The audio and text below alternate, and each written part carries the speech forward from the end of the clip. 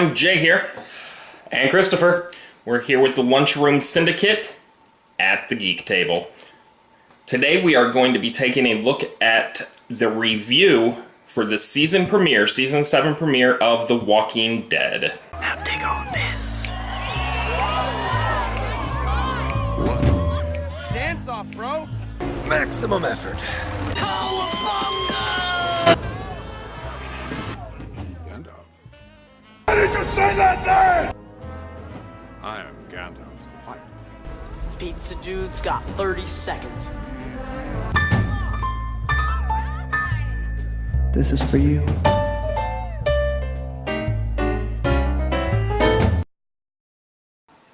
Alright, let's get right down to it. Jay, how would you rate the season premiere?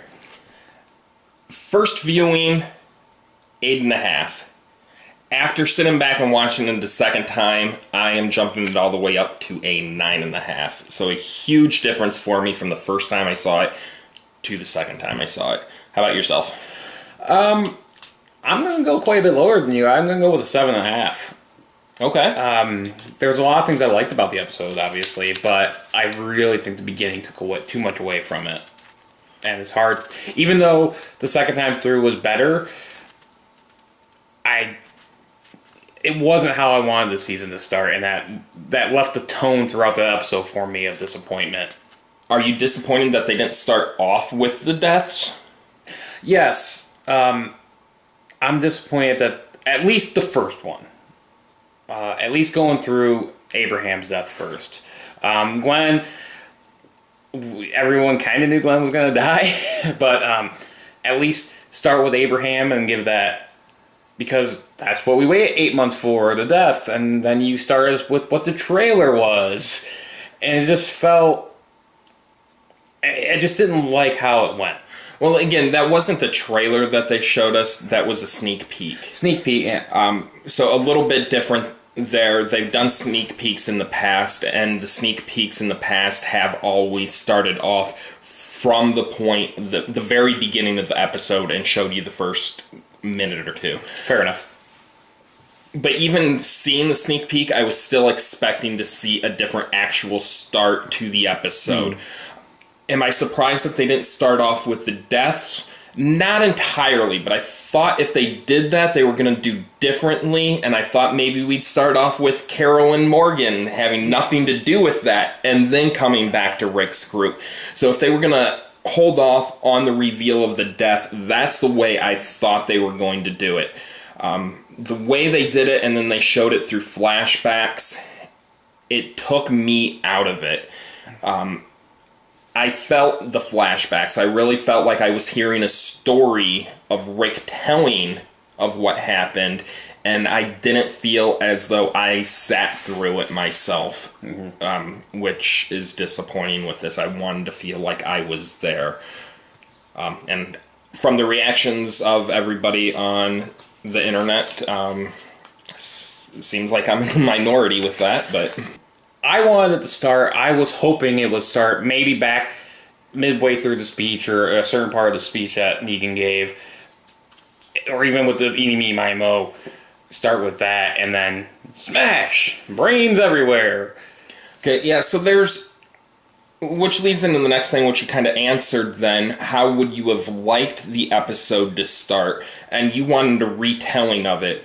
Me, if I'm going through and saying I can pick how the episode starts, obviously I have some creative control, and I'm going to go all the way back to Season 6 finale, and I am ending Season 6 when he walks out of the RV and gives his pee-pee pants city line.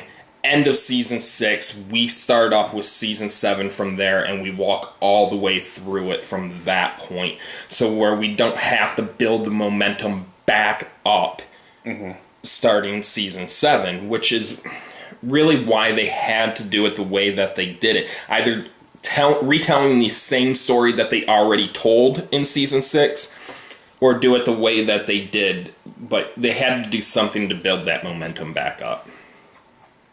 I think ending Season 6 when he comes out of the RV, you don't have the same backlash from the fans to end Season 6. and you don't have, at least from our point of view, that instant feeling of disappointment with where they picked up in season 7. Exactly. All right, Jay, what do you think they were trying to convey in this episode? What were they trying to point out or prove? This episode was entirely about breaking down Rick Grimes.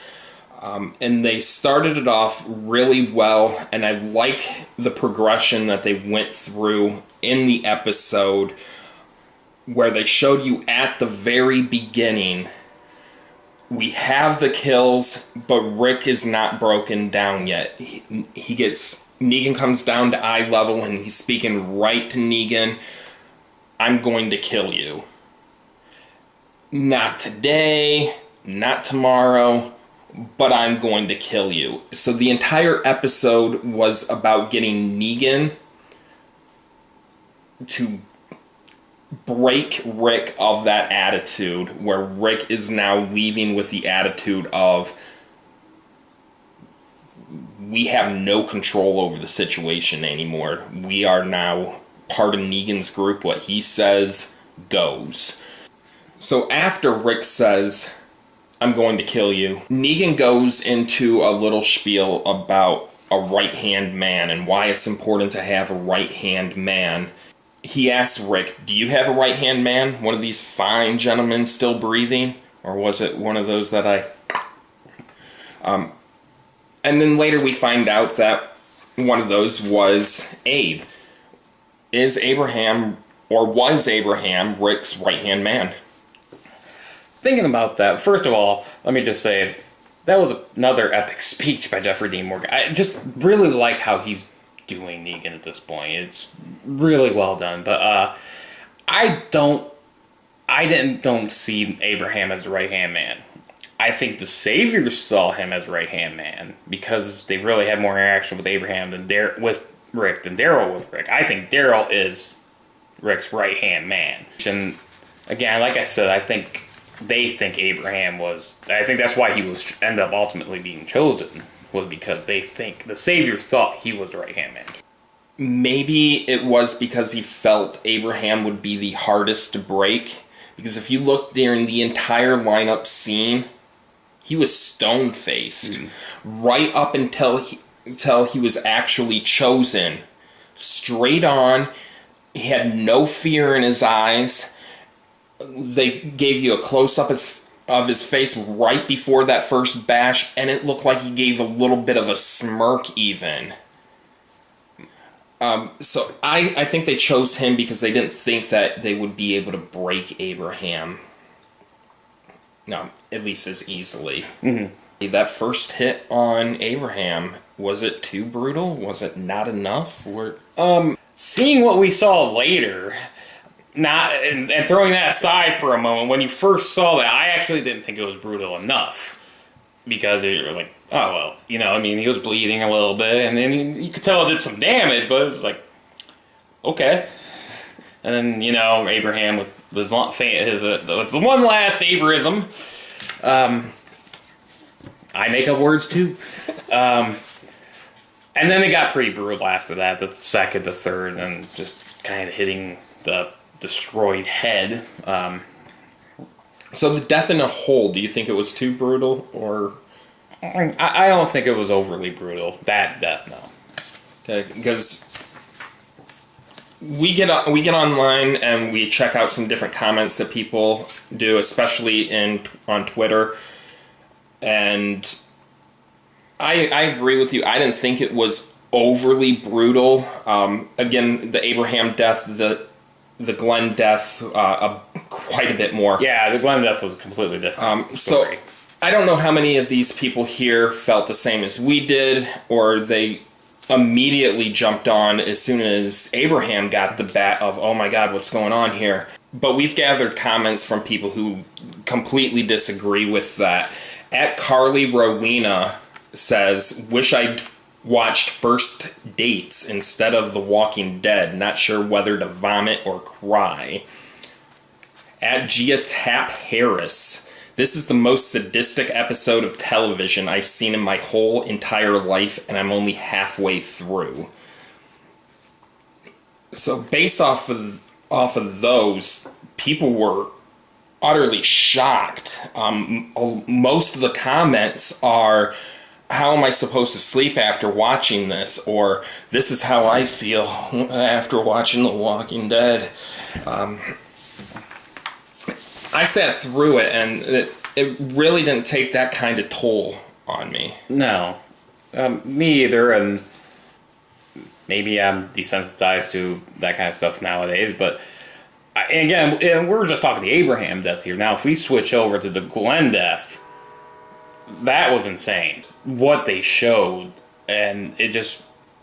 I was stunned that they were allowed to show that on television, even though it... So you thought that was a bit too much? I thought the Glenn death was over the top, but in a good way. I'm not saying it was a bad thing. I'm saying I'm glad they did it that way because it holds true to the comics and the source material. I was stunned to see that in the episode, like that. And maybe it was because of how much they stuck to the comic books with that. But I felt like I just had a big smile on my face the entire time. I guess it was more shocking, not necessarily to see his eyeball out. It was shocking to see AMC and the censors allow that, I guess is more where I was going with that. Okay. So what was the most significant part of the Abraham death to you? Probably the peace sign. When he... That, and then... Why? What did that mean? It meant Abraham showed no fear. He Abrahamed it all the way. He didn't let Negan win. He was gonna, the whole, once he got picked, he even, puffed out his chest. All right, like you said, kind of got that Smurf, then he got hit, and he said what he said, and yeah, suck my nuts. Suck my nuts. Even Negan got a kick out of that one. It's such a significant event. It was so Abraham in the way Abraham is. Okay, then let's switch over. What did you think was the most significant part of Glenn's death? What he said. I think it was hard to understand. I do get that because he was playing it very... some people, when I've read some comments where some people thought he was just murmuring or he was stammering through something, he didn't really say anything. I thought it was very clear. He calls out Maggie's name and says, "I'll find you." Mm-hmm. So Abraham went out in a very Abraham way. Glenn went out in a very Glenn way. Absolutely. Of even then, with his eyes stuck out of his head, he has no idea where he's at, and it's just moments until he dies. He's thinking of the others. In particular, he's thinking of Maggie and not himself. Mm-hmm. And yeah, that's very Glenn. It's nice to see. That was a very touching moment. Did you buy everybody else's reactions in the episode to the deaths? Did that work for you? Not really. In some ways, if you think about it, in some ways it does work, because if you in that situation, the shock factor, just that, you just watch that happen. I guess in some ways you're not going to be, some people are just going to freeze up, but it just seemed... And I agree, there's some people freeze up, but especially with this group and getting to know them over 7 seasons now, or 6 seasons, we're into the 7th season, mm-hmm. We know that they're not going to sit back and just take shit. Mm-hmm. And for a lot of these characters, the adrenaline rush of seeing that happen instantly and nobody jumps up at that point didn't work for me. And I think there's better ways to go about doing that. One of them, what I was really hoping to see, especially with Abraham's, maybe not with Glenn's later on, but with Abraham's, take him away from the lineup, drag him out 10 feet in front of everybody, and put him right there dead center, and make everybody watch it from there. we did have someone eventually stand up. So Negan has the bat pointed at Rosita. He's talking about the two of them together. Like, you're with Abe here? That sucks. And finally, Glenn got up and decked Negan with a pretty good shot. Got up and Daryl got up and decked Negan. What did I say? You said Glenn. Glenn, yeah. Glenn. Let me restart that. But as you know, Glenn got up and hit You Negan. just did it again. I just did it again. I don't even know where we're at. But yeah, we'll figure out there in editing.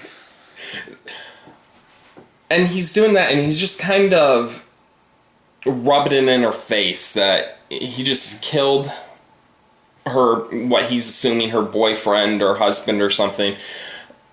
And there's nothing she can do about it. And that was Daryl's breaking point. Gets up and decks him.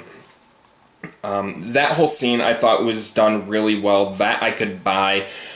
And it gave to my favorite thing of the episode, or at least the most shocking, the most gruesome part of the episode. And it wasn't anything that actually made the cut. It wasn't shown on television. But they were talking to Norman Reedus on The Talking Dead afterwards about how when he was being drug away by Negan's guys, his fingers were dug into the cement and dragging on, and they got caught. And his fingernails were actually breaking and bleeding. And it wasn't written that way. It's just, that's how much he got into that scene. And hearing him talk about that, it's just like mentioning fingernails on a chalkboard. You don't have to hear it. No, you're just... Oh, and I have those chills going down my back. So that part I thought was really gruesome, and knowing that happened, going back and rewatching it afterwards, that kind of gives that scene just a little bit more for me. And he just punches Negan. He's tackled. He's on the ground. Dwight comes up. He now has Daryl's own crossbow in his face. He asks Negan, should I shoot him? Negan says, no, you don't kill that, referring to Daryl. Not until you try a little. And then he gets this goofy laugh smile going on there. What was the deal with that? I don't know. Honestly, I didn't understand what he said to begin with, and going back and watching, and I don't know what that meant. I mean, I've been trying to figure that one out. They eventually took him away, and only him. So it's, I don't know. I don't know. Yeah, and that was, we do questions back and forth, and a lot of times they're leading questions, because we have a specific answer that we're trying to get out of the other person. This one isn't a leading question. That's an actual question from me. So if any of you know what exactly they meant there, let us know down in the comments. Or if you agree with my guess as to what it meant, to go ahead and let me know that too. It seemed like he was suggesting, hey, we're going to be taking this guy back to the sanctuary and raping him. Let's hope that's not the case. With the governor and Michonne, they cut out the rape from that too. And it's kind of strange to talk about, like, there's a point that you just can't cross. When we just saw what we did in The Walking Dead, rape crosses that line. So I don't even like the idea of them hinting at it. It was okay, and it worked in the comic books with Michonne. Mm-hmm. So glad they decided to keep that out entirely. They went and they beat Michonne, but they didn't even really hint at any kind of raping there. I don't want it. So after Daryl gets drug away, that's when we get the Glenn death. We have at DA_Rutster says, no, not Glenn. I did not see that coming. But at Scott8458 says, if next week's episode of The Walking Dead starts with Glenn hiding under a dumpster, I am going to be so pissed. Scott, I thought that was hysterical. I said the same thing while watching it the first time through. Really funny there that you mentioned that Glenn is dead. Done. He said. So after we got the 2 deaths, we flash back to Rick, and we're caught up with Rick, and he's laying on top of the RV. Negan gets out the gun, shooting at him to try to get him off the RV, not to kill him. And that's where we get the Stretch Armstrong walker that he's hanging off of. And we have a sequence that comes up that just aggravated me to no end during that. It was really frustrating for me. The first time that Negan popped out of the RV and shot down all the walkers, I thought it was very predictable. There was nothing that was hiding that. Once Rick got down there and started getting overwhelmed, it was just a matter of time for me waiting for Negan to pop out and do it. And then as he goes over and around the RV and he's standing there fighting off some more, he goes to get the axe again that he dropped. Before he gets back in, he starts getting overwhelmed a second time, and Negan pops out a second time. Yeah, one is okay. I could live with one of those. 2's much, and it was unnecessary. Convenient Negan is convenient. It was unnecessary attempts at building false tension. So they're talking a little bit. They continue trying to build up this tension between Negan and Rick, with Negan trying to break down Rick. Was not successful, though. They get back to the camp, and really it's when he pulls out Carl. He tied off Carl's left arm with his belt, put him down, drew the line on his arm. Rick cut here while Carl is down, ready for the arm chopping. Chomp, chomp, chomp. The arm chopping. This had probably the most gruesome scene for you, and he's just thinking about it. I noticed it, but it didn't really affect me. Zunk here turned away from it. It was like the most disgusting thing here. And we just wanted to share at Jamie McGuire. She also noticed it. The snot bubble. No one's talking about Rick's snot bubble. Jamie, we got you covered. We noticed it also. Well, oddly, I didn't turn away during the Glenn death, but the snot bubble, holy crap.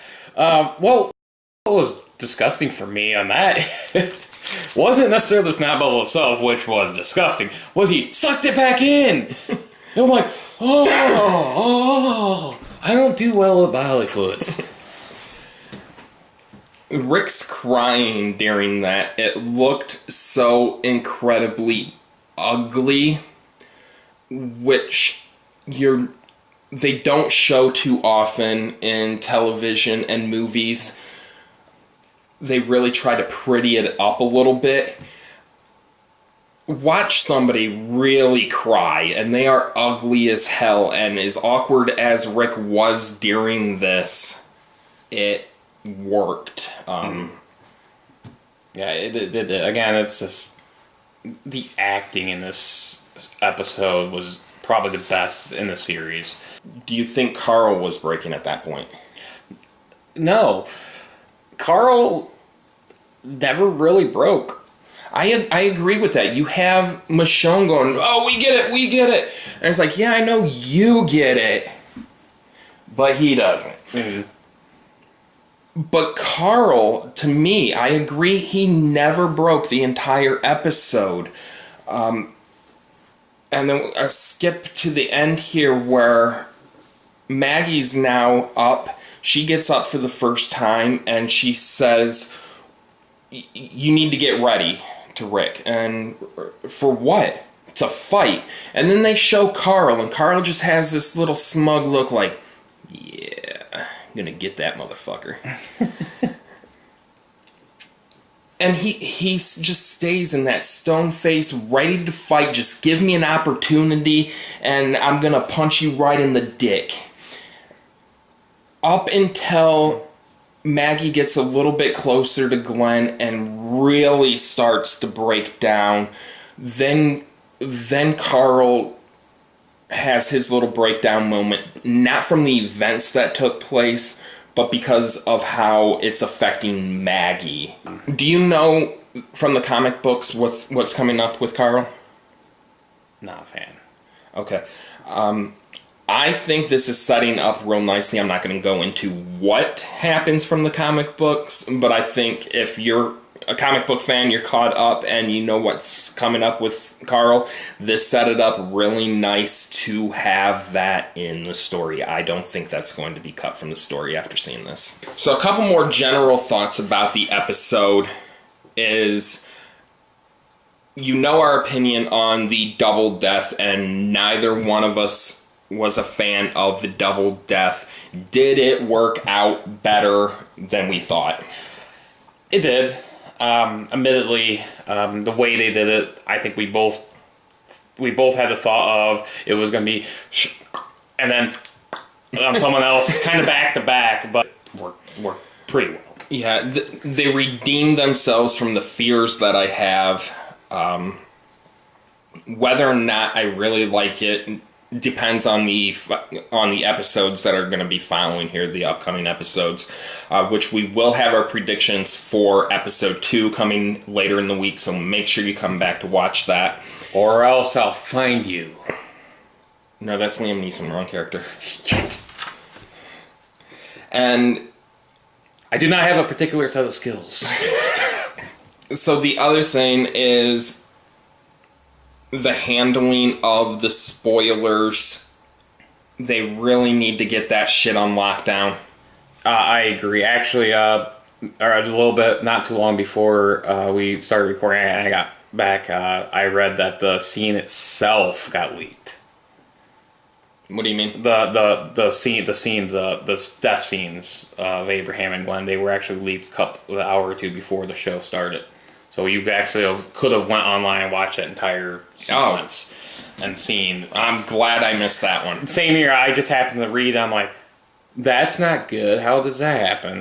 And that, and yeah, I mean, obviously, it's tough to be spoiler free, especially in today's world of Twitter and Facebook and social media and everyone wanting to know everything. We have very little patience in today's society as it is, but something like that, something that big, needs to be locked.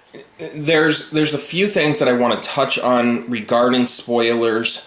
One, if you are going out and you are actively looking for spoilers, I understand it could help your viewing experience if you know what's going on, especially with an episode like this, with the gruesomeness that's going to be coming up in this video. And if that helps you get through the episode, if it helps you enjoy the episode more, fantastic, because you are going out looking for it.